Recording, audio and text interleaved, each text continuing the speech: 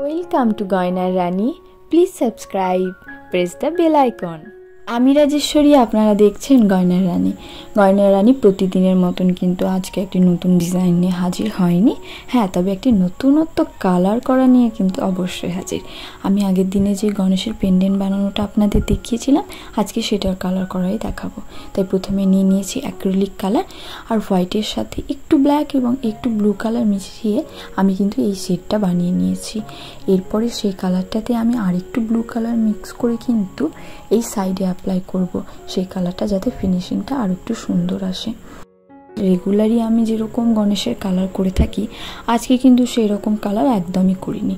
চেষ্টা করেছি একটু নতুনত্ব কিছু করার। আসলে আমি একটু ক্রিয়েটিভ কিছু বানাতে খুব ভালোবাসি, একটু নতুনত্ব একটু ইউনিক কিছু বানাতে খুব ভালোবাসি। আমি জানি হয়তো আপনাদের অনেকের কাছে এটা একটু কঠিন মনে হতে পারে, কিন্তু আপনারা যদি ধাপে ধাপে এটাকে দেখতে থাকেন তাহলে অবশ্যই বুঝতে পারবেন এটা কতটা সহজ। আর আজ সেইভাবেই সহজ করে আপনাদের দেখানোর জন্য কিন্তু আমি শুধু কালার করার ভিডিওটাই নিয়ে এসেছি। এখানে যেমন দেখছেন আমি ব্রাউন কালারটা নিয়ে নিয়েছি। ব্রাউন কালারটা সাইড থেকে একটু বেশি করে দিলাম, তারপরে সেই তুলিটাকেই নিয়ে কিন্তু পুরোটাতে কিন্তু মিক্স করে নিলাম। কালার করার ক্ষেত্রে কিন্তু মিক্সিংটা খুবই ইম্পর্টেন্ট। আপনি যত ভালোভাবে মিক্স করতে পারবেন কালারটাকে অন্যান্য কালারের সাথে, ফিনিশিংটা কিন্তু ততটাই ভালো আসবে। এরপর আমি একটু এবার ডার্ক ব্রাউন কালারটা নিয়েছি এবং একই রকমভাবে কিন্তু কালারটাকে মিক্স করছি।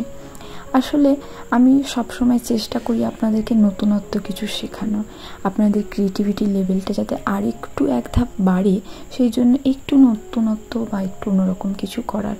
এখানে যেমন ধুতির কালারটাও আমি একটু অন্যরকম করছি। প্রথমে ইয়েলো দিয়ে নিলাম, এরপরে দেবো বেগুনি কালার এবং এরপরে দুটোকে মিক্স করে নিয়ে কিন্তু এটাতে ধুতির যে ভাঁজটা সেটা বোঝানোর জন্য আমি কিন্তু দেবো পিঙ্ক কালার। আপনাদের বলে রাখি, আমার এই ভিডিওগুলো যদি আপনাদের ভালো লেগে থাকে তাহলে অবশ্যই লাইক, কমেন্ট এবং শেয়ার করতে একদম ভুলবেন না। অবশ্যই চ্যানেলটিকে সাবস্ক্রাইব করে রাখবেন এরকম আরও সুন্দর সুন্দর গয়নার ডিজাইন পেতে, এবং পাশে থাকা বেল আইকনটি অবশ্যই প্রেস করে দেবেন যাতে সবার আগে নোটিফিকেশানটি আপনি পেয়ে যান। আমি সবসময় চেষ্টা করি আপনাদেরকে এমন কিছু শেখানোর যেটা শিখে আপনারা আরও ওই ধরনের গয়না বা ওর থেকেও ভালো কিছু বানাতে পারেন। আশা করব আপনাদের থেকে অনেক ভালোবাসা পাবো, যার ফলে আমি আরও এরকম অনেক গয়নার ডিজাইন আপনাদেরকে দেখাতে পারবো।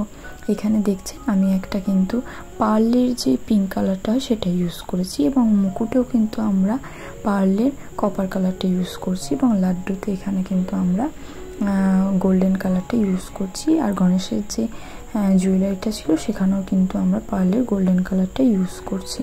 এরপরে আমরা ব্যাকগ্রাউন্ডের কালারটা করব, তাই প্রথমে আমরা ইয়েলো কালার নিয়ে নিয়েছি। এরপরে আমরা কিন্তু কমলা কালার নেব এবং তারপরে আমি স্যাপ গ্রিন কালার নিয়ে পুরোটাকে মিক্স করব।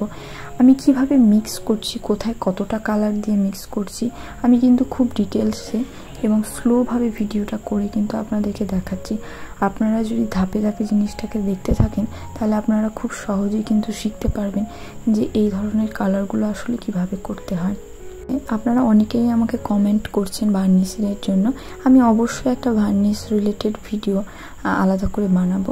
আসলে সময়ের খুব বড় অভাব, আপনারা হয়তো অনেকেই জানেন বা জানেন না। আমি যেহেতু আরেকটা ইউটিউব চ্যানেল আমার আছে, তো সেখানেও আমাকে ভিডিও দিতে হয়, তাই দুটো চ্যানেল মেনটেন করে ভিডিও বানানোটা আমার কাছে একটু টাফ হয়ে যায়। তাই আপনাদের ডিমান্ডগুলো ফুলফিল করতে একটু আমার সময় লাগছে, বাট আমি অবশ্যই দেব। আমি আপনাদের আগের দিনও বলেছিলাম যে আপনারা কিন্তু ডেকরের যে ম্যাট বা গ্লসি ভার্নিশটা আছে সেটা কিন্তু আপনারা ইউজ করতে পারেন। আর সেটা কিভাবে ইউজ করতে হয় আমি আপনাদেরকে অবশ্যই একটা ভিডিও করে জানাবো। এখানে আপনারা দেখছেন যে আমি চোখে কিন্তু ডবল লাইন দিয়েছি যাতে চোখটা আরও দেখতে সুন্দর হয়। আর সেটা কিন্তু আমি একটু ব্লু কালার, যেটা আমি স্কিনের কালার করেছিলাম সেই কালারটা এখানে আমি দিয়েছি।